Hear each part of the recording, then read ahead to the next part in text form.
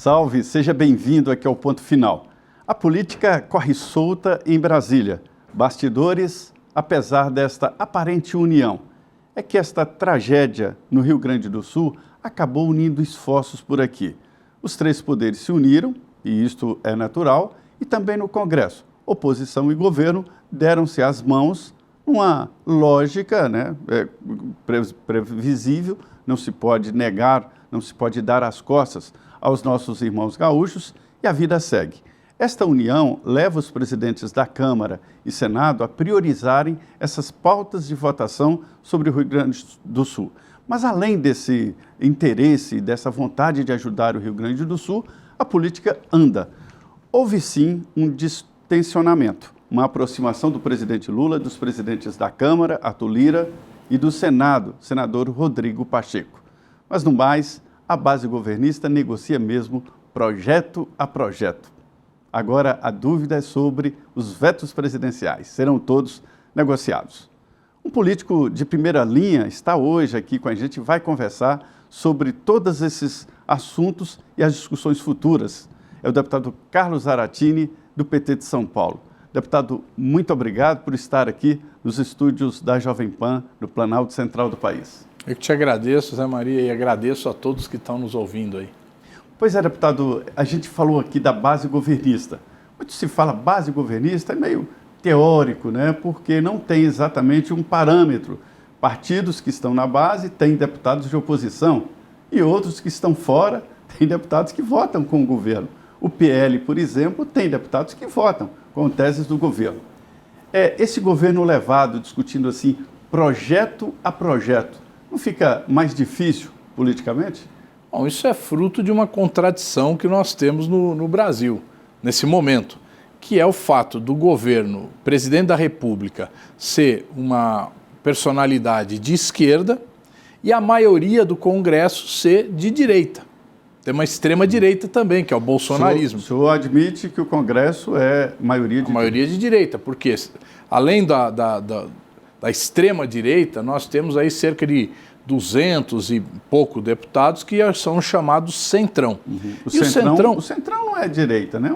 É de direita porque eles defendem teses a favor das grandes empresas, eles defendem teses a favor do agronegócio, são conservadores nos costumes, eles só não são radicais, e isso é o que nos salva, como é o bolsonarismo. Então, é possível conversar e negociar.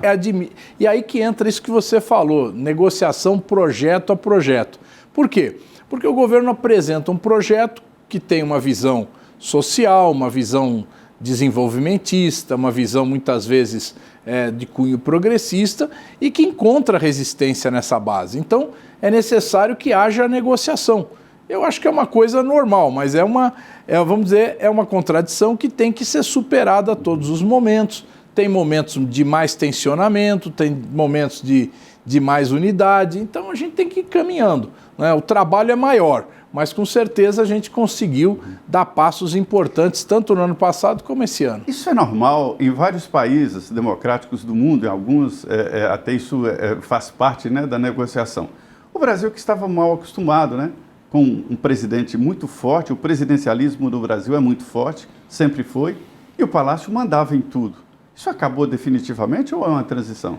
Não, houve um avanço durante o governo do Temer e depois do Bolsonaro, o Congresso avançou, vamos dizer assim, no seu espaço, né? Então, tanto no controle do orçamento, né, como na última palavra sobre os projetos, porque a gente viu, tanto nos dois governos como agora, vários vetos presidenciais sendo derrubados. Né? Por quê? Porque o Congresso faz prevalecer a sua opinião. Então, nós mudamos de patamar. Hoje, vamos dizer, o Congresso Nacional tem mais, como é que a gente diria, tem mais iniciativa, tem mais determinação, tem mais definição do que era antigamente. Isso que o deputado Zaratini está falando. Protagonismo, a palavra. Protagonismo. O Congresso Nacional viu ali no plano plurianual, né, um dinheiro vagando, né? E no primeiro governo Lula, esse dinheiro foi diretamente para as pastas, para os ministérios. O Congresso passou a mão, mas é muito dinheiro. 55 bilhões de reais, que é metade do orçamento discricionário, que é o orçamento onde se pode mexer. Mas, além do dinheiro do orçamento, o Congresso avançou na pauta política, hoje aprova mais projetos, 74% dos projetos aprovados são de iniciativa do Congresso, né? E isso equilibra os poderes, né? E não há um costume político disso acontecer.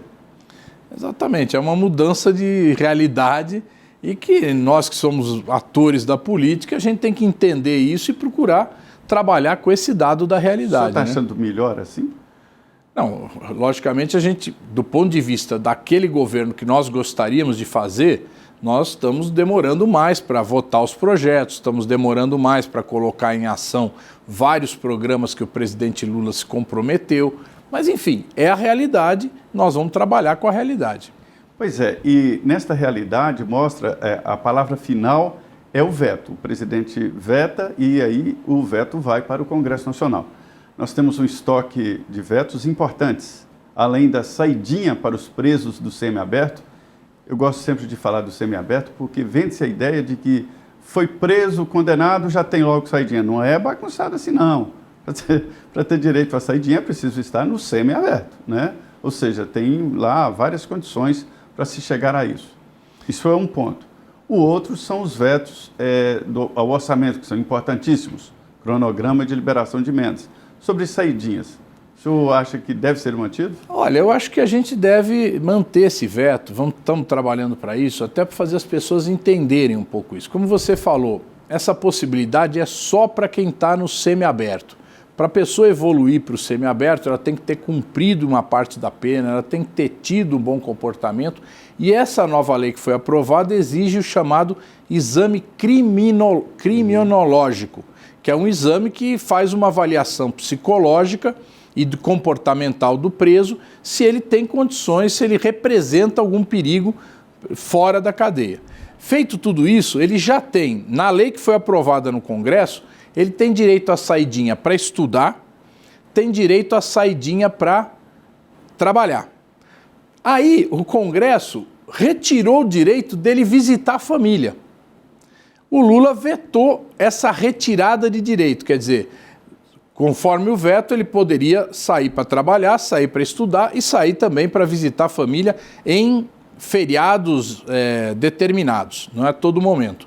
Então, o que estranha, quer dizer, se a pessoa pode sair para trabalhar, pode sair para estudar, ela não pode sair para visitar a família no Dia das Mães, não pode sair para visitar a família no Natal. Então, é essa a divergência, é esse único ponto do projeto que foi vetado, né? E a gente está querendo convencer de que, olha, não é possível, qual é uma forma do preso acabar se socializando novamente? É ele poder ir frequentando a família, ver os filhos, ver os pais, ver a mulher. Então, é isso que a gente está pretendendo, manter esse veto, porque o veto derruba a proibição de saída, né? Então, a gente quer ver se avança nesse ponto. Os alemães chamam de Zeitgeist, que é a ideia de o espírito do tempo, né? E, deputado, o espírito do tempo indica que todos querem o fim da saidinha. Eu concordo com o senhor, que é uma certa incoerência, porque os presos já têm saidinhas todos os dias, os presos do semiaberto. Eles saem todos os dias para trabalhar e para estudar, então eles já têm a saidinha, né? Então, o projeto limitou muito a saidinha. Já está no conjunto do projeto que foi aprovado, ele já limita muito, né? Inclusive com esse exame criminológico. Esse exame é super importante. O que nós estamos falando aqui é de um único ponto, que é que esse camarada que está no semiaberto, que tem bom comportamento, que passou no exame criminológico, ele possa visitar a família nos feriados. Porque ele já pode estudar, já pode trabalhar. Segundo a lei que foi aprovada pelo Congresso, não foi o Lula.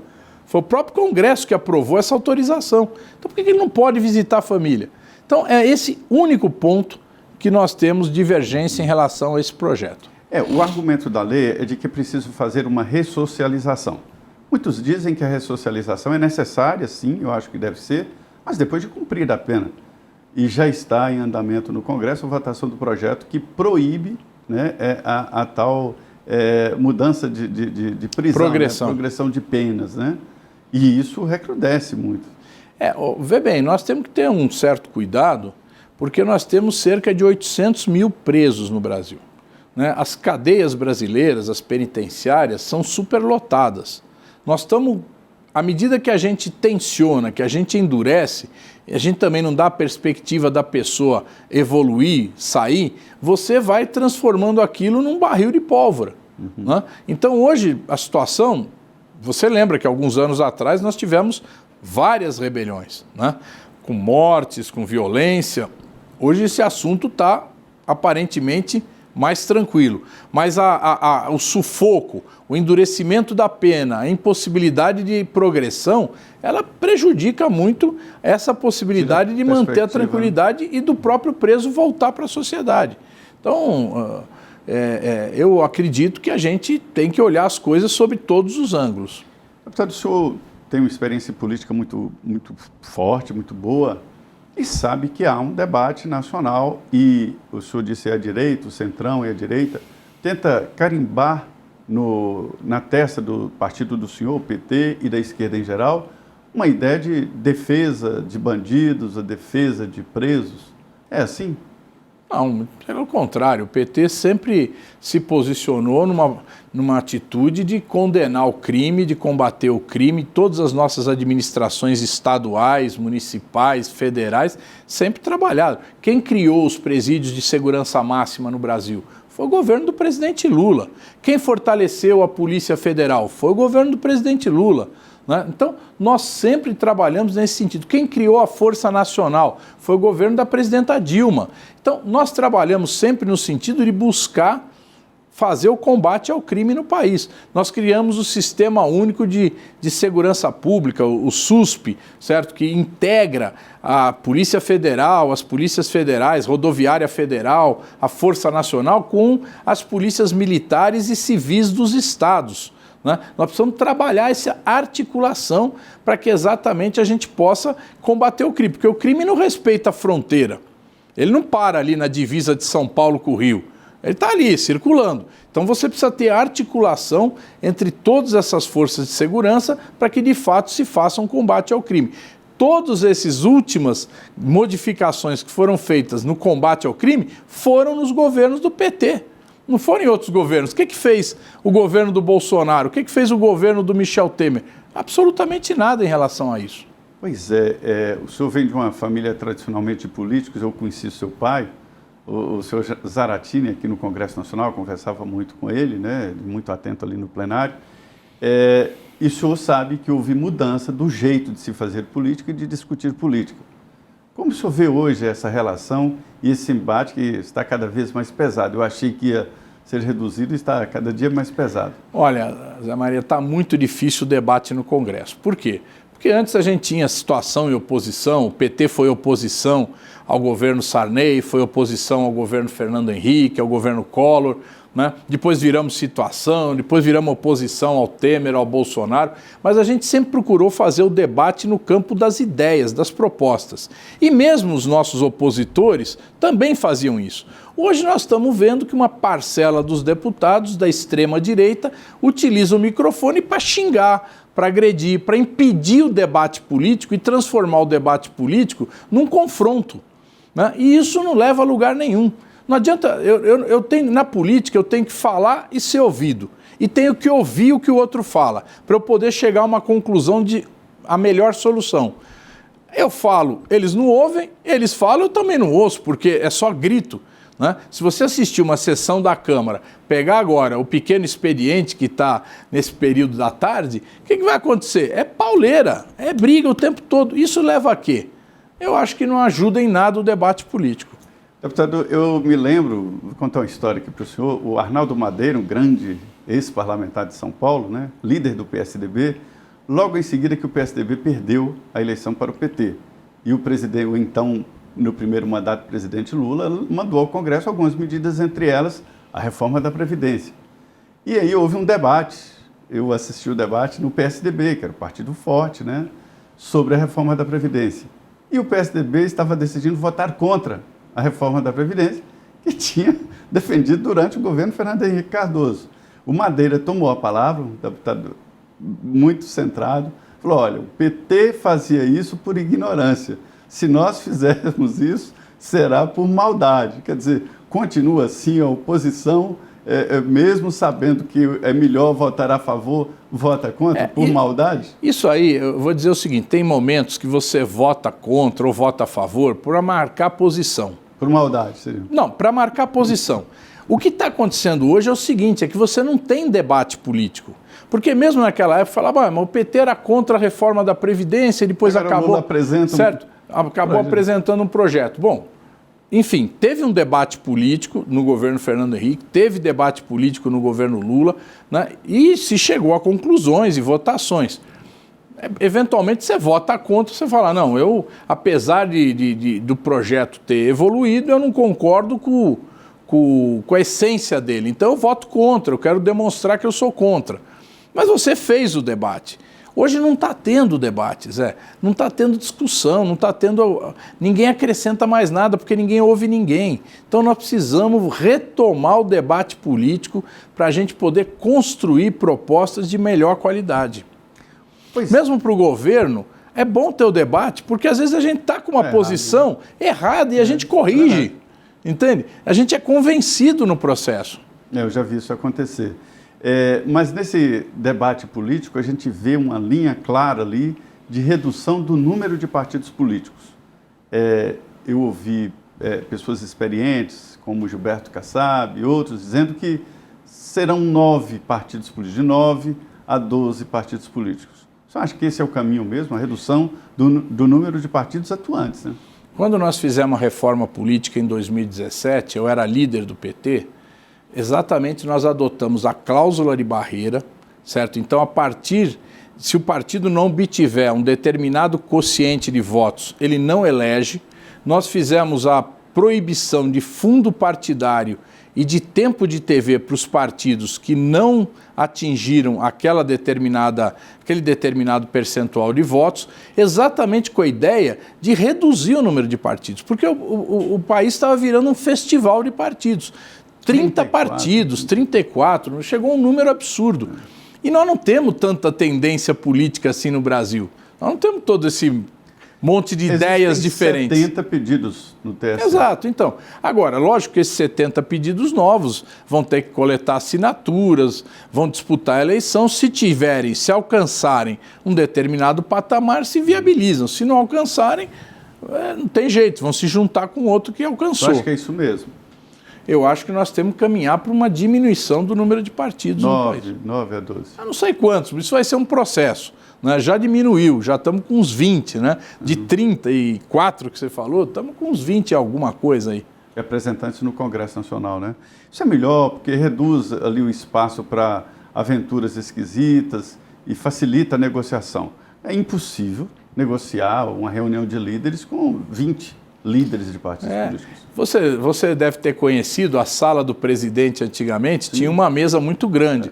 Quando o Michel Temer foi presidente da Câmara a última vez, lá pelo ano 2010, por aí, ele teve que emendar uma mesa, porque foi quando chegou a 34, não cabia tanto líder. A mesa já ficou pequena. Então, você vê, não dava nem para fazer a reunião. Você tinha tinha que ter microfone, e os líderes também já estão com poderes assim reduzidos, eles não falam mais em nome do partido com tanta firmeza como antigamente. O líder falava e o partido seguia, né? Porque o líder tinha um partido na mão. O que está acontecendo? Mas aí eu discordo um pouco de vocês. Eu acho que os líderes se fortaleceram nesse último período, viu?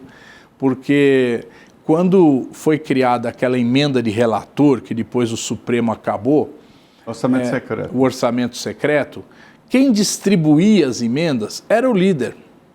Então, o líder se fortalecia ali, porque o deputado fala, eu quero a emenda, também não vou ficar brigando com o líder, né? Então, de certa forma, eles se fortaleceram. Hoje, por exemplo, tudo que vai a voto, ele tem uma discussão antes, praticamente já está um meio caminho de ser aprovado o projeto. Por quê? Porque antes do plenário, teve uma reunião de líderes onde os líderes fecharam, em sua maioria, o que ia aprovar. Lógico que às vezes isso não dá certo, mas vamos dizer que a maioria das vezes dá certo. Deputado, eu vou tocar num assunto porque há uma lenda de que o parlamentar não trabalha, que é preguiçoso, que aproveita qualquer feriado para emendar, que só trabalha terça. Na verdade, é terça e quarta. Fala terça, quarta e quinta, mas terça e quarta. Mas existe uma lógica nisso. Deus me livre se todos os dias aquele plenário estivesse cheio e votando, porque aí nós estaríamos arrebentados, né? Existe uma lógica nisso, né? Você vê, e não é mesmo o plenário só funcionando terça, quarta e quinta, você tem que chegar na segunda, você tem que debater, ver quais são os projetos que vão ser votados, tem reuniões que antecedem, aí termina na quinta, tem avaliações, tem outras discussões que também vão preparar a semana seguinte, tem as relações dos deputados com os ministérios, onde vão levar propostas, necessidades dos municípios que representam. O parlamentar tem que ir para suas bases, conversar com prefeitos, vereadores e com a própria população. Então, é um trabalho bastante grande o de representação, porque você tem que coletar as reclamações, as demandas do povo e viabilizar essas demandas aqui em Brasília. Então, o camarada lá precisa construir uma ponte no município dele. Você tem que ir lá ver o problema tal e ver como é que você resolve aqui, arrumar um dinheiro para construir a ponte dele, né? Se tem alguém lá que tem um problema de uma doença que não é tratada, então, vamos montar um programa para essa doença. Eu estou agora com um problema que eu comecei a observar, que nós temos, olha que incrível, nós estamos no século XXI. Tem 8.000 escolas no Brasil que não tem água tratada. 1.300.000 crianças que tomam água, mas água de garrafão, de pote, água mineral, que custa caro. Então, nós estamos agora discutindo tecnologias de purificação de água e um programa, conversei com o ministro Camilo, né, do Ministério da Educação, para a gente viabilizar um programa que essas 8.000 escolas tenham água potável para beber. Você vê que é uma coisa incrível no século XXI. Tem escola que não tem banheiro, né? Tem escola que não tem banheiro. Eu estou começando pela água, né? E depois temos que cuidar. Então, às vezes a gente olha a realidade de São Paulo, a realidade do Rio, de Brasília, e não olha a realidade do país como um todo, que é um país que ainda tem muitas carências. O senhor discute, debate muito esse assunto, e há uma dúvida ou uma organização nacional de ensino que privilegia o ensino superior, né? No Brasil, a União, ela banca basicamente o ensino superior. É lá que ela tem professores contratados, né, que tem profissionais contratados. Professores de ensino fundamental e segundo grau são pouquíssimos, desprezíveis, né, do tamanho do Brasil. Conversava com Cristóvão Buarque, né, e ele dizia se a União tem uma Caixa Econômica, um Banco do Brasil, um Correios em cada município, por que não pode ter uma escola do ensino fundamental? Você acha que essa pirâmide não pode ser invertida, ou seja, a União tomar conta também do ensino fundamental? Na verdade, a nossa Constituição, ela prevê praticamente que a União cuida do ensino superior, os estados do ensino médio e as prefeituras do ensino fundamental. Né? E há o repasse, né, para os municípios. E existe o Fundeb, o Fundo de Desenvolvimento do Ensino Básico. Esse Fundeb foi aumentado o valor. A União está colocando mais dinheiro agora nos municípios e nos estados por conta desse aumento que nós aprovamos há 2, 3 anos atrás. Né? Então, e esse aumento cada ano aumenta mais. Até 2024 ou 26, não me lembro agora. Tem aumentos percentuais para frente. Por quê? Justamente para assumir essa responsabilidade.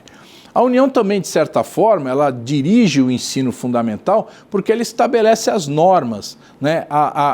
O currículo. Nós tivemos uma discussão muito grande agora sobre o novo ensino médio, as mudanças de currículo no ensino médio, são discutidas a nível nacional, né? E os governadores que controlam o ensino médio, eles têm que aplicar.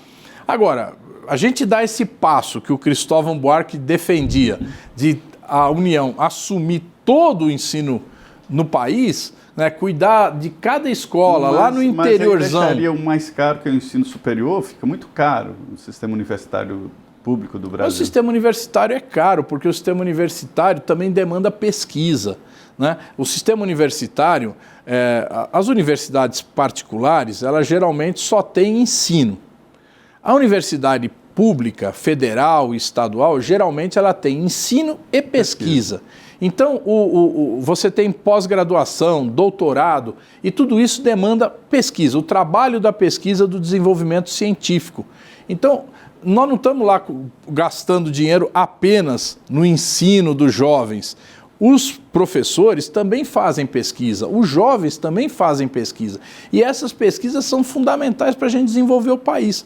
Nós não teríamos uma Petrobras com a capacidade de extração de petróleo no fundo do mar, como nós temos hoje, se a gente não tivesse pesquisa no campo da universidade, pesquisa aplicada. Isso é fundamental. Nós não teríamos a Embraer, que é uma terceira maior empresa de aviação do mundo, se a gente não tivesse pesquisa no campo da aeronáutica. Nós não teríamos uma agricultura tão pujante no Brasil se nós não tivéssemos a Embrapa e as escolas de agricultura, né? Eu cito várias escolas de agricultura no país que pesquisam sementes. Eu me formei numa lá de Barbacena, Federal de Barbacena. Então você é testemunho ocular da história. Então é isso, quer dizer, esse conjunto de universidades desenvolve pesquisa e essa pesquisa ajuda o desenvolvimento do país. Então o custo da universidade, na verdade, não é só a aula que está sendo dada, tem muito mais que a aula. Pois é. Esse debate de educação também, deputado, envolve verbas, recursos.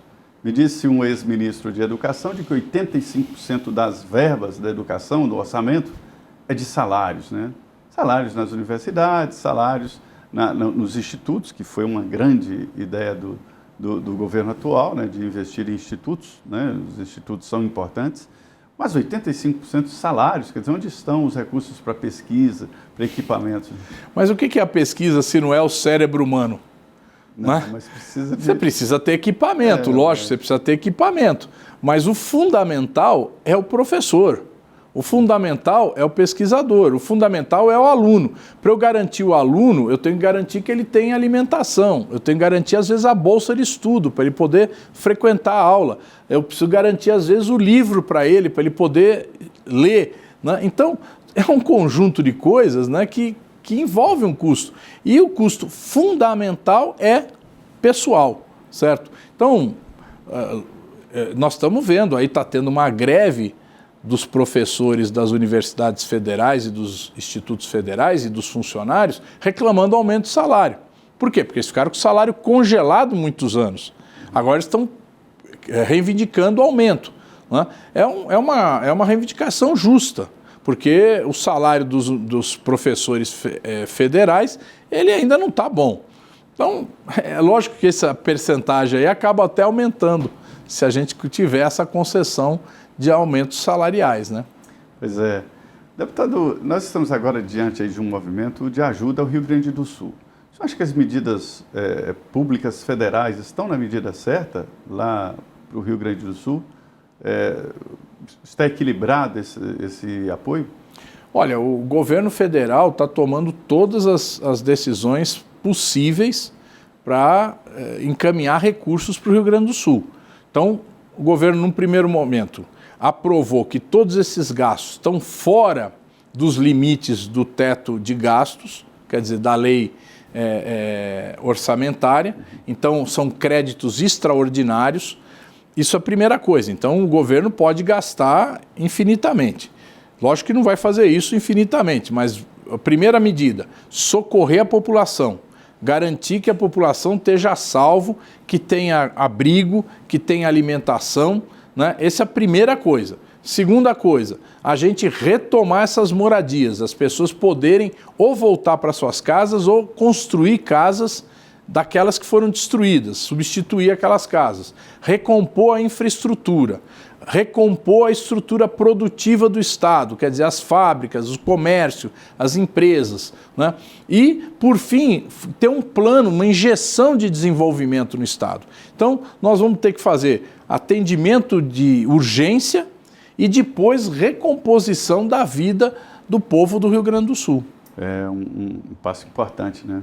vai ser muito dinheiro gasto. Nós estamos no primeiro momento. Ainda continua chovendo lá, continua muitas áreas alagadas, muita gente em abrigo, né? Muita gente que não está em abrigo, mas está na casa de alguém, em algum outro lugar, né? Não está nas escolas, não está nos lugares, vamos dizer assim, públicos. Nós vamos precisar que o governo coloque recursos para essas pessoas voltarem para suas casas, né? Ou para casas que venham a ser construídas. Muito bem. Nós ouvimos aqui o deputado Carlos Zaratini, um político importante aqui no Congresso Nacional. Deputado, muito obrigado por participar aqui de mais esse programa. E é muito importante conhecer, né, a política por dentro. É isso aí, né? Muito obrigado a você, muito obrigado a todos os ouvintes. Foi um prazer a gente participar aqui. É isso. Muito obrigado. Fiquem com Deus.